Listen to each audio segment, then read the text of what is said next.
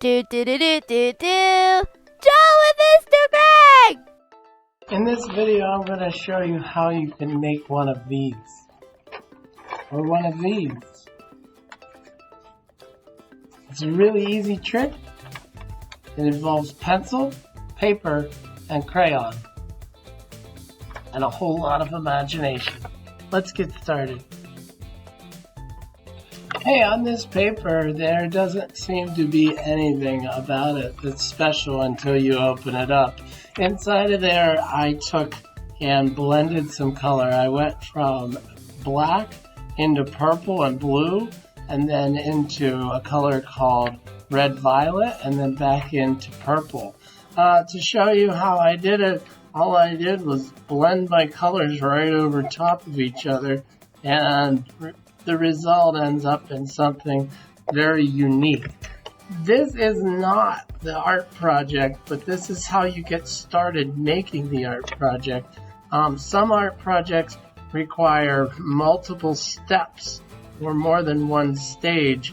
This is the first stage, is getting down your base color.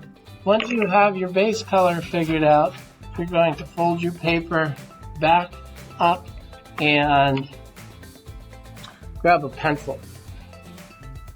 On here, whatever you draw will show up in color on the back. So if I draw that, when I open it up, these pencil lines on the other side of this paper aren't going to be in color. Sometimes it's fun to draw things that actually look like things, like drawing elephants, drawing people, drawing buildings or cars.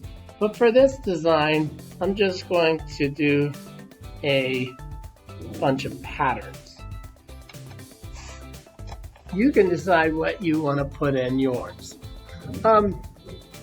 Patterns can be anything. They can be a range of things like zigzags, squares, circles, letters, numbers. Anything that repeats becomes a pattern.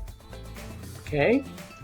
Now, when I go to open this up, you'll see the parts that I press harder on will show up really, really well.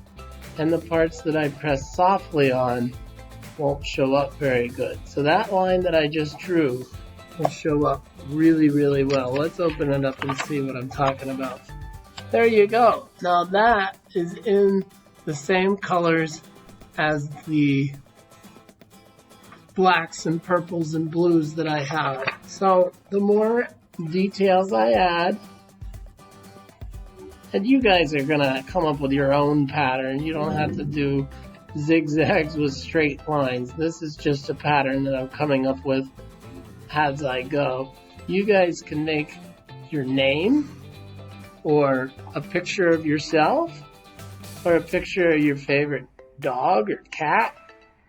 Now, if you use purple and black, probably won't work very well if you're doing a dog, unless you want it to look like an imaginary dog. That's the cool thing about art. You can make it any color you want. Now, if I were to do this trick with colors like this, it may or may not work as good. Okay? Just a warning, lighter colors like this might not work as well. Let's open it up and see how it's looking. So far so good. You can see these lines, the vertical lines that I did kind of created an area of shading. I'm going to do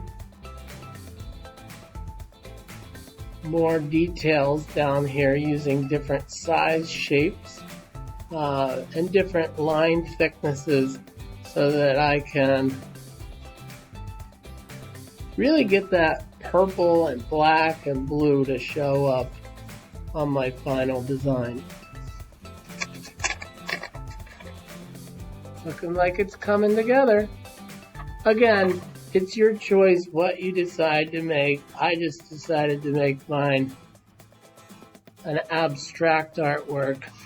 Although it's starting to remind me of mountains and water, Down here are the bubbles.